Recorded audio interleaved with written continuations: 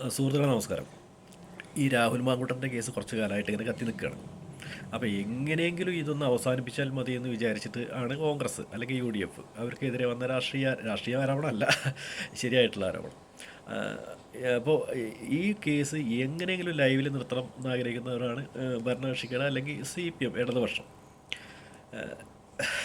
എന്നാൽ ഇതിൻ്റെ ഇടയിൽ എൻ്റെ ഒരു സുഹൃത്ത് പറഞ്ഞപ്പോഴാണ് നമ്മൾ ശ്രദ്ധിച്ചത്, ഈ ഇടതുപക്ഷത്തുള്ള ഒരാൾക്ക് തന്നെ ഈ കേസ് എങ്ങനെയെങ്കിലും ഒന്ന് അവസാനിപ്പിച്ചാൽ മതി എന്നുള്ളവർ ആഗ്രഹിക്കുന്ന ഒരാളുണ്ട്. അതാരാന്നറിയോ? ദാ ഇയാൾ, ശ്രീ M മുകേഷ് MLA. കേരളത്തിൽ ആരോ പറയുന്ന കേട്ടൊരു തമാശയാണ്. രാവിലെ എഴുന്നേൽക്കുമ്പോൾ കേരളത്തിൽ രാഷ്ട്രീയ നേതാക്കന്മാരൊന്നും പീഡിപ്പിക്കുകയോ അല്ലെങ്കിൽ പീഡന വാർത്ത പത്രത്തിൽ വായിക്കാനുള്ള അവസരം ഉണ്ടാവുകയോ ചെയ്യരുത് എന്ന് പ്രാർത്ഥിച്ചുകൊണ്ട് എഴുന്നേൽക്കുന്ന ഒരാളാണ് അത്ര ശ്രീ M മുകേഷ്. എന്താ കാരണം എന്ന് വെച്ചാൽ, എതിർ പാർട്ടിയിൽപ്പെട്ട ആരൊരാൾ പീഡിപ്പിച്ചാലും അപ്പോൾ എടുത്ത് അളക്കാൻ ഉപയോഗിക്കുന്ന മാനദണ്ഡമാണ് ശ്രീ M മുകേഷ്.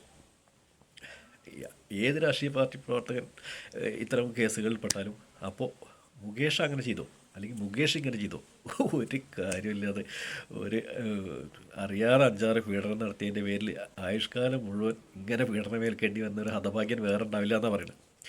അപ്പോൾ നമുക്ക് രാഹുൽ മാങ്കൂട്ടത്തിൻ്റെ കേസിലേക്ക് തന്നെ വന്നു കഴിഞ്ഞാലേ, പിന്നെ ആദ്യം ഈ ശബ്ദവിഷയങ്ങളൊക്കെ വന്ന സമയത്ത് കോൺഗ്രസിനോട് ചോദിച്ചു എന്താ രാഹുൽ മാങ്കൂട്ടത്തിൻ്റെ പേരിൽ നിലപാടെന്ന് ചോദിച്ചപ്പോൾ കോൺഗ്രസ് ഉടനെ അവരെ പുറത്താക്കിയല്ല, സസ്പെൻഡ് ചെയ്ത് നിർത്തി. ആ സമയത്ത് പിന്നെ VD സതീശൻ അടക്കമുള്ള നേതാക്കൾ പറഞ്ഞത് എന്താ വെച്ചാൽ, ഞങ്ങൾ ഒരു കേസ് ഉണ്ടാകുന്നതിന് മുമ്പ് തന്നെ രാഹുൽ മാങ്കൂട്ടത്തിനെ സസ്പെൻഡ് ചെയ്തു, പിന്നെ സ്പീക്കർക്ക് കത്ത് കൊടുത്തു, വേറെ ഇരുത്തി.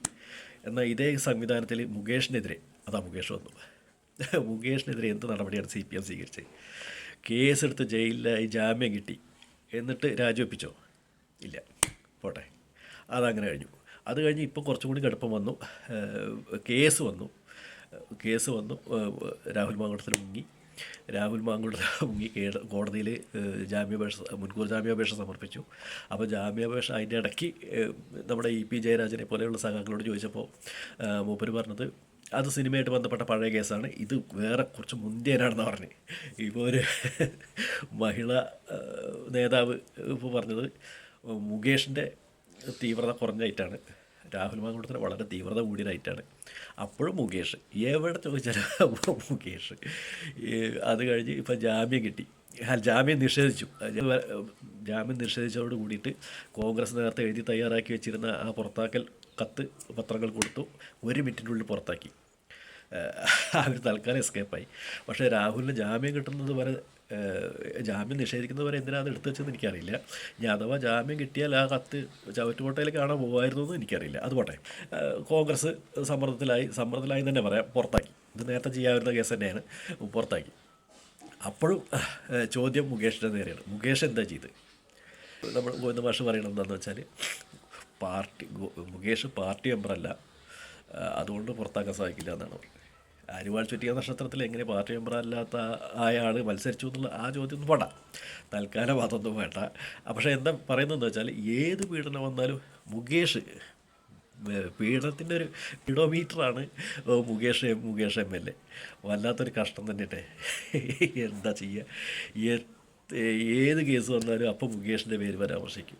അപ്പോൾ കേരളത്തിൽ ഒരു പീഡനം നടക്കരുതെന്ന് ആഗ്രഹിക്കുന്നവരാണ് നമ്മളെല്ലാവരും.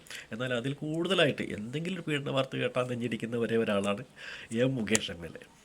അറിയുള്ള കാര്യം. അപ്പോൾ മുകേഷിന് വേണ്ടി ഞാൻ പറയുകയാണ്, രാഹുൽ മാങ്കൂട്ടമേ, ഒന്ന് കീഴടങ്ങളാ.